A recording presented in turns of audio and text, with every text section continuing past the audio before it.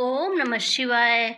हर हर महादेव। आप सभी को आज हम भौम प्रदोष की पावन व्रत कथा सुनेंगे। उससे पहले प्रदोष व्रत के बारे में थोड़ी सी जानकारी आप सबके लिए। प्रदोष व्रत भगवान शिव को अत्यंत प्रिय माना जाता है। यह व्रत हर महीने के शुक्ल पक्ष की और कृष्ण पक्ष की त्रयोदशी को रखा जाता है और इस दिन भगवान शिव की पूजा करना विशेष फलदायी माना जाता है। सोमवार को आने वाला प्रदोष व्रत सोम प्रदोष के नाम से जाना जाता है और मंगलवार को आने वाला प्रदोष व्रत भौम प्रदोष के नाम से जाना जाता है। शनिवार को आने वाला व्रत शनि प्रदोष के नाम से जाना जाता है।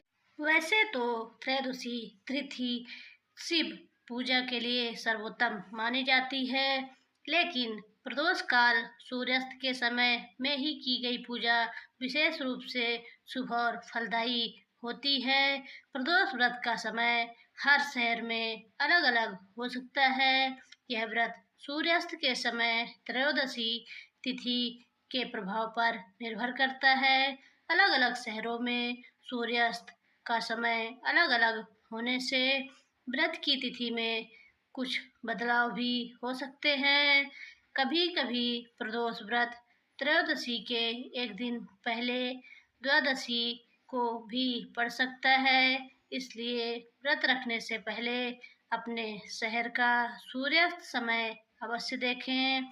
प्रदोष व्रत करने का फल भगवान शिव की कृपा प्राप्त होती है। जीवन के कष्ट दूर होते हैं, मनोकामनाएं पूर्ण होती हैं। एक बार सूत जी बोले, आज हम मंगलवार की त्रयोदशी प्रदोष व्रत का विधि विधान कहता हूँ, जिसे भौम त्रयोदशी प्रदोष व्रत भी कहते हैं। मंगलवार का दिन व्याधियों का नाशक है। इस व्रत में एक समय व्रती को गेहूं और गुड़ का भोजन करना चाहिए।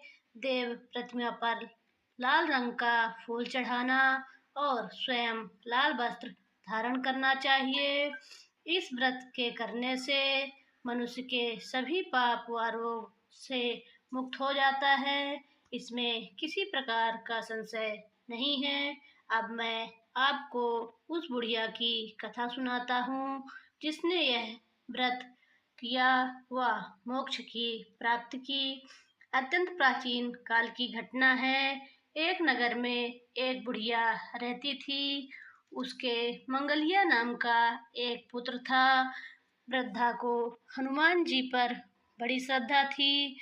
वह प्रत्येक मंगलवार को हनुमान जी का व्रत रखकर यथाविधि उनका भोग लगाती। इसके अलावा मंगलवार को ना तो घर लीपती और ना ही मिट्टी खोदती थी।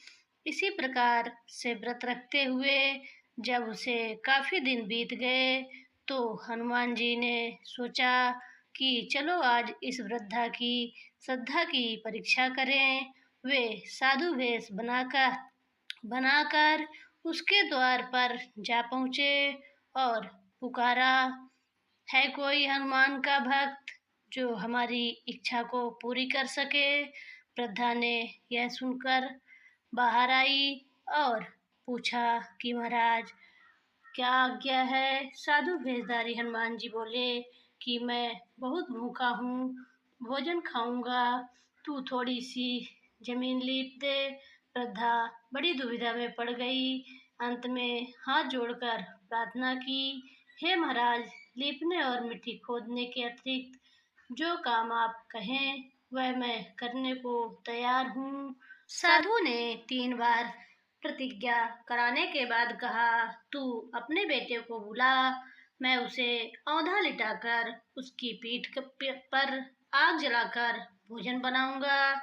वृद्धा ने सुना, उसके पैरों तले की जमीन खिसक गई, मगर वह वचन हार चुकी थी। उसने मंगलिया को पुकार कर साधु महाराज के हवाले कर दिया, मगर साधु जी ऐसे ही नहीं मानने वाले थे। उन्होंने वृद्धा के हाथों से ही मंगलिया को औंधा लिटाकर उसकी पीठ पर आग जलवाई। आग जलाकर दुखी मन से वृद्धा अपने घर के अंदर जाकर घुस गई। साधु जब भोजन बना चुका तो उसने वृद्धा को बुलाकर कहा कि वह मंगलिया को पुकारे ताकि वह भी आकर भोग लगा ले। वृद्धा आंखों में आंसू भरकर कहने लगी कि अब उसका नाम लेकर मेरे हृदय को और ना दुखाओ। लेकिन साधु महाराज न माने तो वृद्धा को भोजन के लिए मंगलिया को पुकारना पड़ा। पुकारने की देर थी कि मंगलिया बाहर से हंसता हुआ घर में दौड़ आया। मंगलिया को जीता जागता देखकर वृद्धा को सुखद आश्चर्य हुआ। वह साधु महाराज के चरणों में गिर पड़ी। साधु महाराज ने उसे अपने असली रूप के दर्शन दिए। हनुमान जी को अपने आंगन में देखकर वृद्धा को लगा कि उसका जीवन सफल हो गया। इस प्रकार भौम प्रदोष की व्रत कथा समाप्त हुई। अब हम शिव जी महाराज की आरती करेंगे। ओम जय शिव ओमकारा स्वामी जय शिव ओमकारा। ब्रह्मा विष्णु सदा शिव ब्रह्मा विष्णु सदा शिव अर्धांगी धारा। ओम जय शिव ओमकारा। एकानन चतुरानन पंचानन राजे स्वामी पंचानन राजे। हंसासन गरुणासन हंसासन गरुणासन वृषवाहन साजे। ओम जय शिव ओमकारा। दो भुज चार चतुर्भुज 10 भुज ते सोहे स्वामी 10 भुज ते सोहे। तीनों रूप निरखता तीनों रूप निरखता त्रिभुवन जन मोहे। ओम जय शिव ओमकारा। अक्षमाला वनमाला मुंडमाला धारी स्वामी मुंडमाला धारी। चंदन मृग मद सोहे चंदन मृग मद सोहे भाले शशिधारी। ओम जय शिव ओमकारा।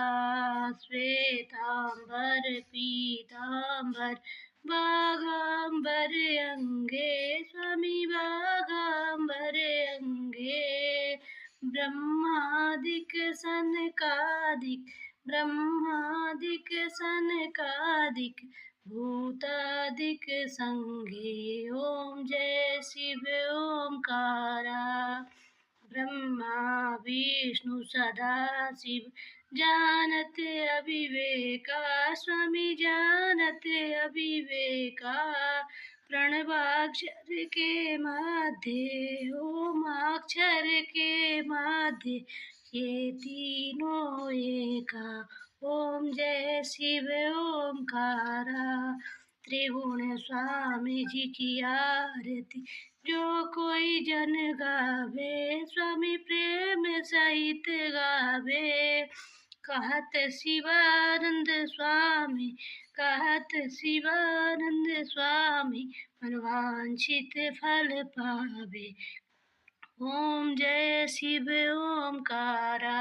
ब्रह्मा विष्णु सदा शिव जानत अविवेका स्वामी जानत अविवेका।